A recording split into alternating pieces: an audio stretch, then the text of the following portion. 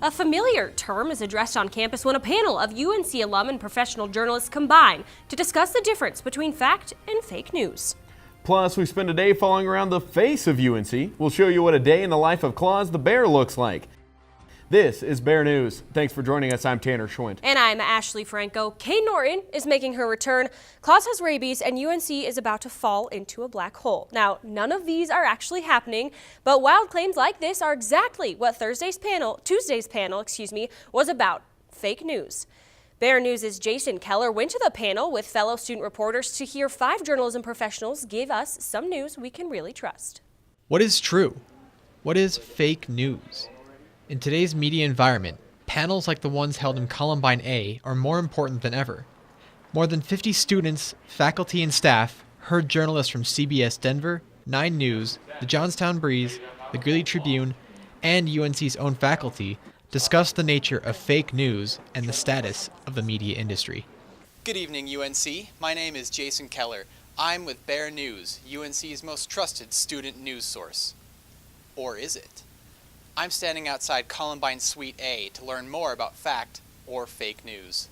Fake news, a word made famous by President Trump in recent years, refers to one of 7 ways of framing news, according to Storyful.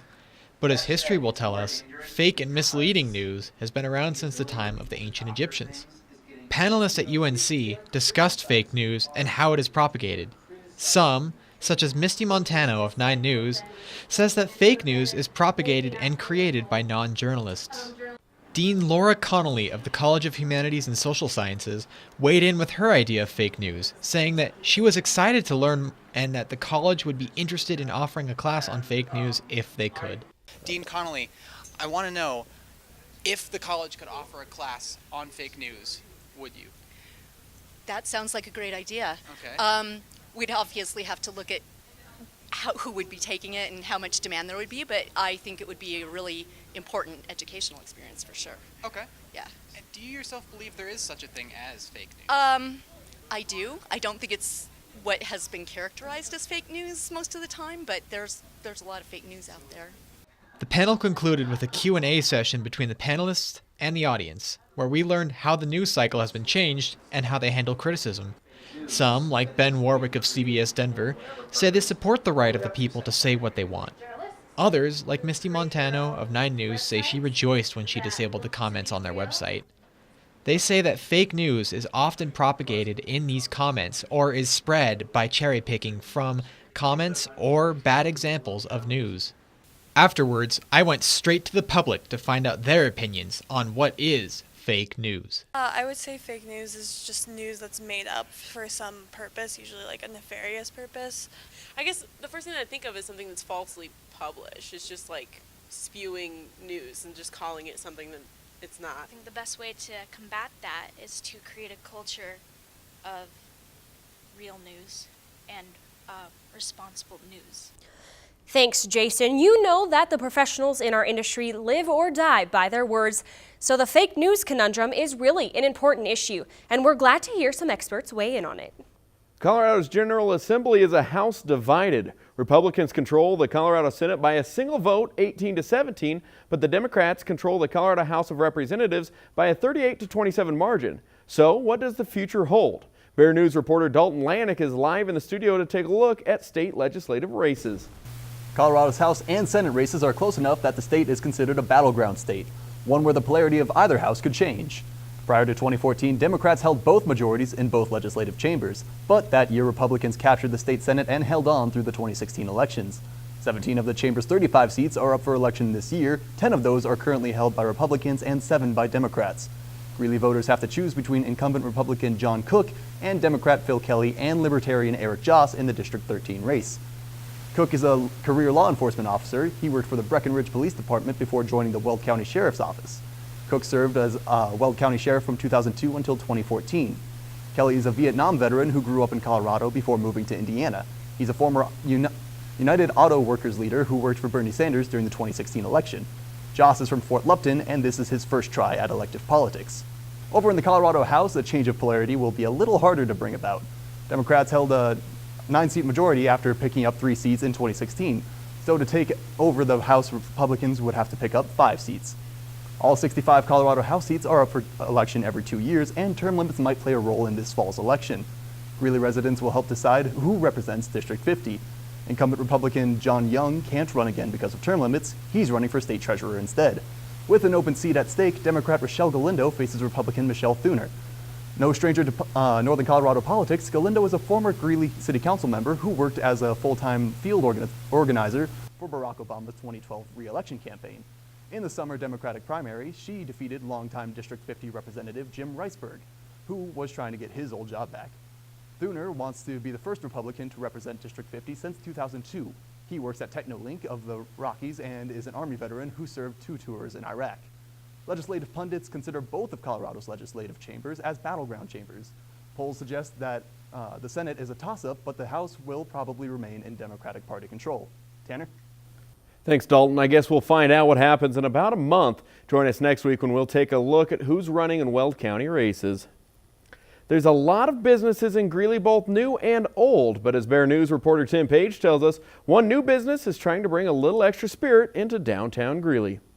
Matt Estrin is the owner of Tower 56 Distilling in downtown Greeley. You come to our tasting room, essentially we are a bona fide cocktail bar is what we are. You can try all 5 of our spirits. We make bourbon whiskey, vodka, gin, and then 2 liqueurs, a coffee liqueur and an amaretto that we call our almondretto. And all of those, if you come here, you can try them straight or you can try them over ice. You can try them in a flight, which is a taster flight. But most people come and they drink our cocktails. We make craft cocktails out of them. And so our cocktails are phenomenal. We hired some mixologists to come in and work with us to develop a pretty unique menu that I think is one of the best, if not the best, in Greeley. And so if you come here, the atmosphere is super relaxed and laid back. Our distillery and tasting room is very industrial feeling, and a lot of comfy seating mixed with table seating. But then you can come and enjoy a really, really good craft cocktail, or just enjoy the spirits straight. Tower 56 just opened its doors in June, but Matt and his wife have had the idea to open a business for a while. So about 2.5 years ago, I had a grandfather that passed away that left us with a pretty sizable inheritance that kind of let us start to dream a little bit, where we could go, man, we've got this money, we can either set it aside and continue to work our normal day jobs and someday be able to retire with this money, or we can blow it all on a business and maybe lose everything, and who knows, let's give that a shot. And so Matt spent 15 years in ministry, but decided it was time for something new. I mean, I had a 15-year ministry career. I spent 5 years working for a nonprofit organization called the Fellowship of Christian Athletes, and then 10 years doing worship ministry in churches, 8 of those at Journey Christian Church. And I love Journey. It was a great place to work, and still is a great church. My wife still works there and is a part of the church. This transition was for no other reason than I was just excited to try something new. It was something that I was always passionate about. I always really enjoyed the alcohol industry, not in an inappropriate way. Just I've always enjoyed the taste of beer and wine and spirits and whiskey, and have always been really, really fascinated by the process of making it and the whole thing. And so for me, it was just it was a normal transition for me. For many others, it doesn't seem very normal and very out of character.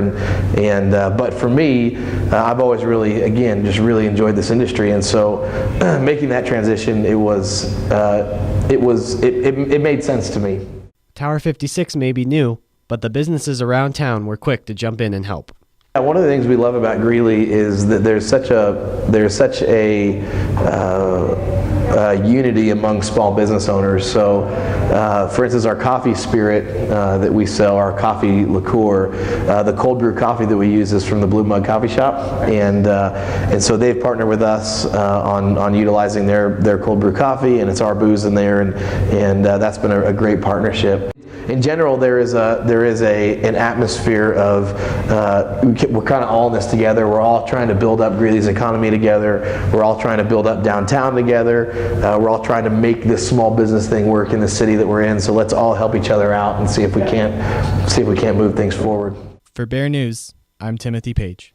Matt hopes to continue to expand around Greeley and maybe one day around Colorado. Let's get a first check at your weather forecast with meteorologist John Polydorus. John, this week it seems like we skipped fall altogether and went straight to winter. We've seen some rain and some snow, so how is it looking out there right now?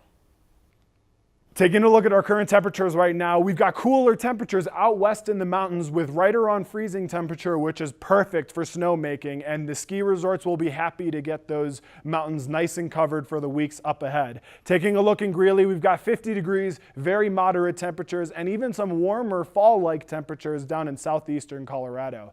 Taking a look at our fronts right now, we have a stationary front sitting right over Denver that's going to linger with us for the next 24 to 36 hours, and it's going to bring some moisture to the Front Range area as well as Greeley. And we'll see as Friday and Saturday moves on, that stationary front's going to push out, and we're going to have high pressure fill in the area to bring us some warmer temperatures and clearer skies. Coming up later, we have an update on Tropical Storm Michael and fall weather, and we had some snow earlier in Greeley. Stay tuned for my full forecast. Thanks for that check of the weather. Now, 8 students, 3 messiahs, and a writer-director duo help bring to life the story of Ypsilanti next week. Ypsilanti is a student-directed play about the real-life story of 3 schizophrenic young men who each believe themselves to be Jesus Christ. And, well, they were brought together once a week for 2 years as a part of a psychiatric experiment. Playwright Daniel Clayton said that he was inspired to tell the story of the young men who heard it referenced on post-punk band Porter Martyr's album, No Passion, All Technique. To put together his vision, Clayton teamed up with longtime collaborator and director Alex Stark to help bring the story to the stage. With a cast of 8 students and a nonlinear plot, Stark says Ypsilanti will be a jarring, elusive piece of fiction, and he wants audiences to arrive at their own conclusions about what is and is not real. They say Stark's film background and Clayton's playwriting background make for a unique blend of the 2 art forms. It's actually based after this psychological study done by this psychologist named Dr. Milton Rocaik, and it was kind of a weird ethical conundrum that happened where he locked 3 people in a room each week for about 2 years. And they all believed that they were Jesus Christ. So I ran with that idea, and I wanted to do something different with it and bring it into a modern setting, and I wanted to make a play that was episodic, and so that's what I did, and this is how it happened. Both Stark and Clayton are theater study majors. Stark is a senior who also is a core member of the Funky Shepherd Film Production Company. Ypsilanti premieres October 13th and 14th. You can find more info on UNC's Performing Arts website. Coming up, an unexpected start to the annual can drive that helps feed not only the Greeley community, but also some UNC students. We'll show you why this year was a little bit different from previous years. And coffee shops are very popular amongst college students. This week we talk all things coffee in our Question of the Week segment. Stay with us.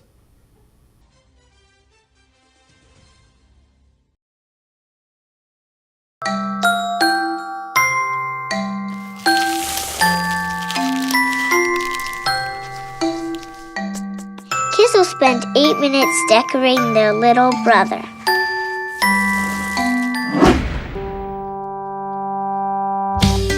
Brushing for 2 minutes now can save your child from severe tooth pain later. 2 minutes, twice a day. They have the time. The Student Nutrition and Dietetics Association hosted this year's Cans to Candelaria food drive, and at first it looked like it wouldn't end well. The drive started at 10 in the morning, but no donations. Noon came and went, and still no donations. SNDA President Aveen Jaff said she was scared that no one would show up, but she said by 2 o'clock the donations started to pour in. Yeah, there was definitely a slow start today because this event currently has been facing a lot of challenges with marketing and involvement just because this is a very busy time of the year, I think, for everyone, and there's a lot of food drives going on, which is incredible because as long as we're fighting food insecurity, that's all that really matters because that's a huge problem facing the Greeley community, both on and off campus. But I think we are very grateful to everyone who did participate, and their food donations are going to go such a long way in helping fight food insecurity. Jaff said she was pleased with the outcome and hopes that the food drive will continue to thrive.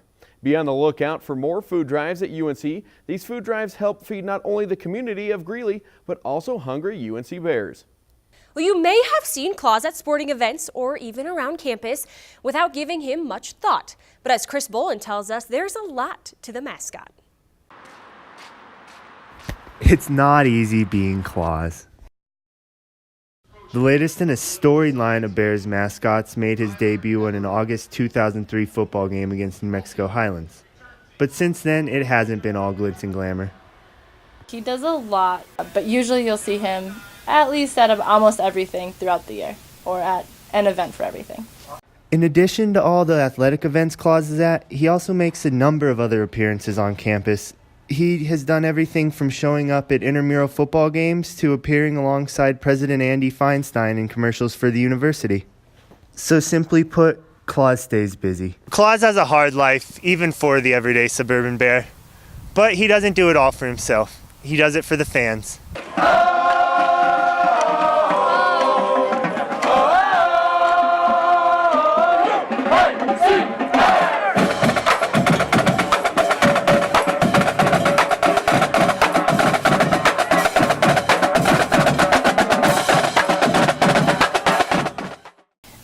Watching little kids, watching alumni come back, watching, people come here for the first game and they see the mascot. I think the mascot is usually a good way to kind of bring smiles to people's faces, get people pumped, get people excited for what's going on. Reporting from Nottingham Field, I'm Chris Bolin. Claus tries to attend as many sporting events as possible, but he makes every home football game and will make an appearance at every sport at least once. Now allow me to paint a picture for you. You're 4 percentage points away from failing your class, and the stress of life is getting to you and you have nowhere to turn. Scary, right? I visited Aunt Helen's Coffee House, and it might just be the place for you when you hit this point. Tanner Schmidt with the Bear News. We're down here to Aunt Helen's Coffee House for the buzz that is downtown with the owner, Miss Amy. Amy, how are you this morning? I'm well, thank you. Thank you. Thanks for having us. So we just want to come down here and talk a little bit about your coffee house, talk about UNC students coming down here, and we were talking a little bit before we got going here about your healthy options that you have for UNC students. What exactly does that entail? You bet. So we have a full variety of salads as well as fresh soups that we make daily. In addition, to help keep you healthy, we have matcha tea, we have kombucha on tap, and we also have our Vive Immunity Boost, which is a natural echinacea ginger to help if you start to get a cold. It's emergency times 100. So we do offer that here as well. So the healthy stuff is obviously for a lot of people out there, maybe not for me. I love, and as I'm drinking right now actually, the pumpkin spice milkshake. Talk to us about your fall season and your fall menu. You bet. So what you're drinking is our cold brew pumpkin spice milkshake, and it's got cold brew in it, Blue Bunny ice cream, and pumpkin spice flavoring. It's delicious. You can have it with whipped cream or without. And then in addition, we offer a soup and salad. We have a fig and grape salad, a goat cheese and beet salad, and then we will be introducing some new grilled cheese and things like that, kind of some comfort food for the fall. I want to talk about the environment that you've built down here. Obviously, it's very snarky with Miss Aunt Helen's. How does that tie into kind of the UNC, the college experience as well? Because I think a part of that snarkiness, a lot of college students have that snark as well. You bet. So we do a daily snark on Snapchat, and it is sayings from Aunt Helen, and so there are a variety of them, and it's kind of her advice, and it's things you wouldn't expect a 106-year-old lady to tell you. Things like drive fast, take chances, or don't overestimate your talents, things such as that. So it's very fun, and it just kind of makes everybody sort of laugh. Open up about a year and a half ago, is that correct? So a year and a half ago, and what have you seen Aunt Helen's go through in the changes of just a year and a half of being open? You bet. So we have noticed a lot of our afternoon traffic is more students because of our natural lighting here, and it's a great place to study. So especially finals week, we notice an influx of that. We've noticed that change, as well as just the day-to-day population. It's just increased significantly, and there's a lot of just fun stuff going on here all the time. Anything else that you'd like to tell the UNC students about Aunt Helen's, about what you've got going on down here? Just tell them to come check it out. Yeah, come check us out. Come visit us. We provide a very friendly environment, a lot of space to study, great natural light, and then you can get your daily snark. I always want the daily snark.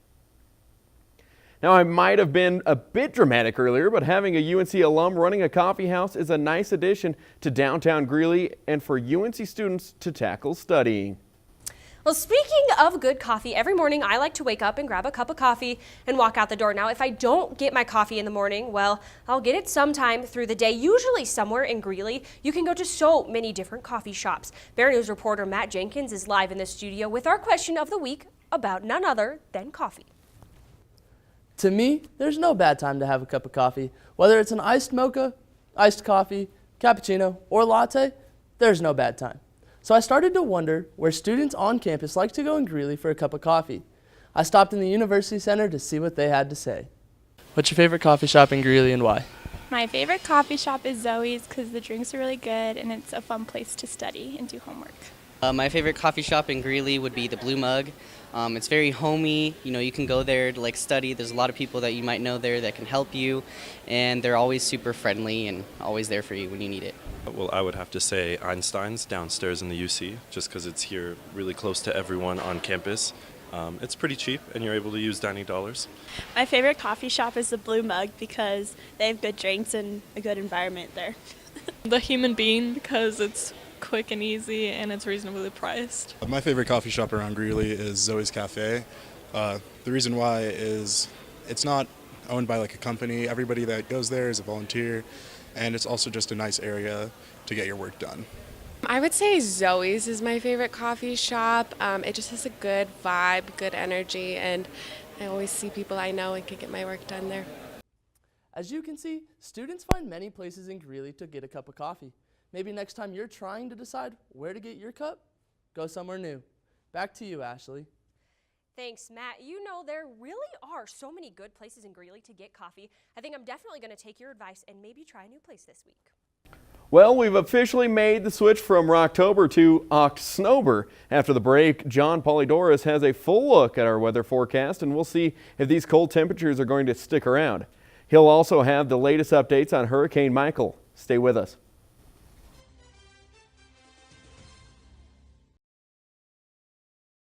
Hey, I'm Anderson Cooper. As a parent, you want to make sure that your child knows how to deal with bullying when they see it happening. And chances are they want to help, but they don't really know how. Well, teach them that the best thing to do is calmly walk away, find a teacher or other adult, and speak up. And do your part. Be that adult they can talk to and trust will listen. Join me to help stop bullying. Go to stopbullying.gov to find out more. You sure you don't want some? It's chamomile. Listen, you are extremely terrifying. Just the scariest undead subhuman thing on TV, and I really mean that. But I am worried that you could give my kids nightmares if they see you, so I'm gonna have to block you. So that's it. Oh, and tell the zombies they're blocked too.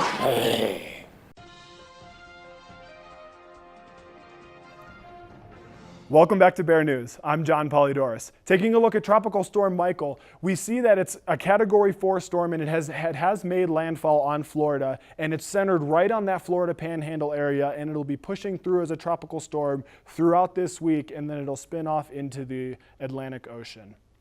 Taking a look at our Friday morning forecast, we have 35 degrees to start off the morning at 8 a.m. and we'll warm up to 50 degrees by noon, and we'll hit a high of 60 degrees by the end of the day.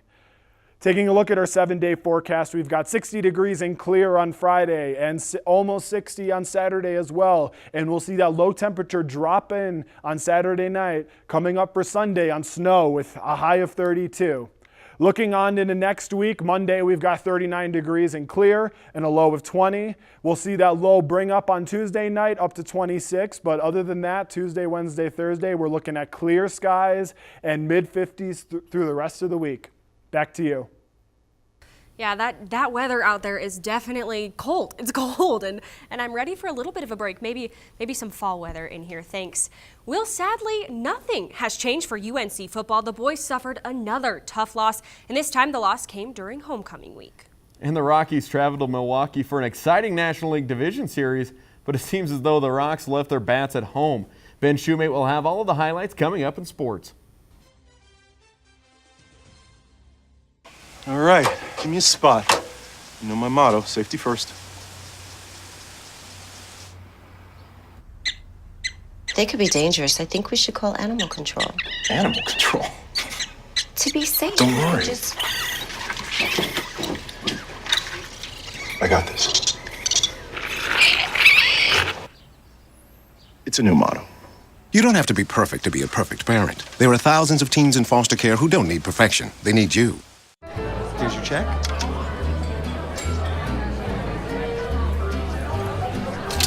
Oh, you got it. You know, since I got rid of my car, I really enjoy walking. Okay. God, no. Getting pulled over for buzz driving could cost you around $10,000 in fines, legal fees, and increased insurance rates. Oh, you're home early. You live with your mom? That'll set your game back a few years. Buzzed, busted, and broke. Because buzz driving is drunk driving. It's hard to win a football game if you give the ball away more than the other team does. That's what the Bears learned firsthand on Saturday against UC Davis. UC Davis' high-flying pro-style offense put up points in bunches against UNC early, and the lead was 28-10 at the half. UNC fought back late in the game, putting up 26 points in the fourth quarter. But UC Davis' lead was too great to overcome, and the Bears ran out of time to complete the comeback, making the final score 49-36. With this loss, UNC falls to 0-6 and 0-3 in Big Sky play. After the loss, UNC's coach Ernest Collins Jr. explained the team's strategy going into the game and how the Bears could have won the game. I mean, like I said, when you when you get turnovers and you get behind, you got to start. You got to kind of go in another direction, because especially if you get behind, you got to start catching up. And like I said, the combination of the execution on one side and the execution on both sides, it causes you to change, what you want to do. We knew they were coming in the game. They were averaging triple figures in possessions, 102, 103, 104 possessions a game, and we wanted to halt that. We didn't want to halt it by giving up chunk plays either, but we wanted to calm that number down and not have them be on the field as long as they've been on the field in the past. And so that was the plan, and that's what we were trying to do. UNC tries to ruin Portland State's homecoming game at 2 p.m. this Saturday at Providence Park in the Big Sky Conference game. And University of Northern Colorado's wrestling team doesn't typically get much attention in the Big 12. But as Chris Bolin tells us, this year, the Bears are ready to change that. An outcast. A proverbial ugly stepsister. No matter how you want to look at it, UNC wrestling hasn't exactly been a favorite in the Big 12. With national powerhouses like Oklahoma State and Oklahoma, the Bears managed just 4 wins in Big 12 duels since making the transition 3 years ago. This year, UNC is led at the top by senior Rico Montoya and junior Jacob Seeley, both of whom are ranked in numerous preseason polls after qualifying for nationals last year. But it'll be the rest of this Bears team that Nickerson is focused on taking that next step. We're a very young team. We've only got one senior on the team right now. So, really looking for some of the younger kids to really step up now that they're finally getting that role to get in the starting lineup and take that next step, towards getting in the national tournament and having success there. Even though it hasn't been easy to see, Nickerson insists the Bears are making progress, especially on the recruiting trail. And though he can't comment on it officially until pen hits paper, the Bears have a few homegrown recruits, a couple ranked top 10 nationally.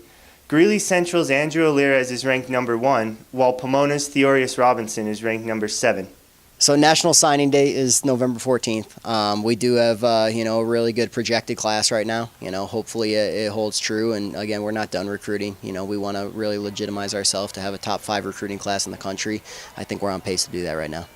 If that ends up being the case, it'll mark a big step forward for the Bears. But even if it doesn't, one thing's for certain. UNC will be in that wrestling room every day, working to get better and inching closer to the program Nickerson envisioned when he took over. Reporting from the Harry W. Brown Wrestling Room, I'm Chris Bolin. UNC opens its season November 1st with a Big 12 duel against West Virginia before returning home to host the Northern Colorado Open November 10th. The Colorado Avalanche opened their season at home last Thursday against the Minnesota Wild. After being down 1-0 early in the first, the Avs came back and scored 4 unanswered goals, giving them the edge over the Wild and the 4-1 win. Center Nathan MacKinnon started the season off right where he left off last season, putting a tally in the goal column in game number 2. In game number 2, center Colin Wilson led the Avs Saturday night with a 5-2 win against the Philadelphia Flyers. Wilson tallied 2 goals that night to help spark the offense.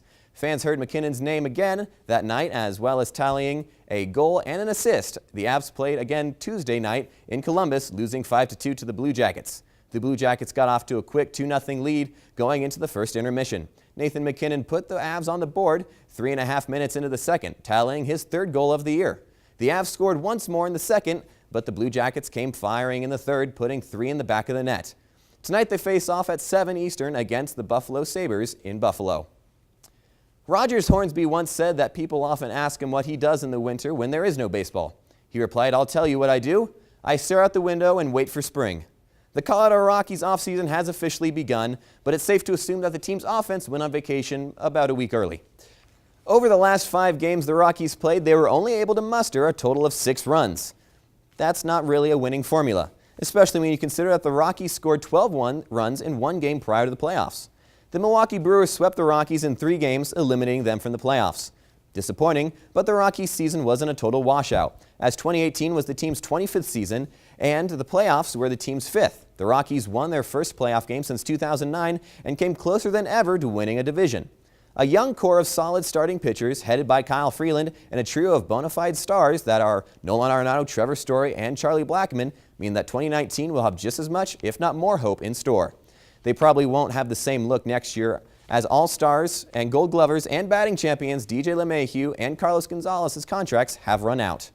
With an ending as disappointing as the Rockies had, they will have to spend 168 days looking out that window waiting for spring to start.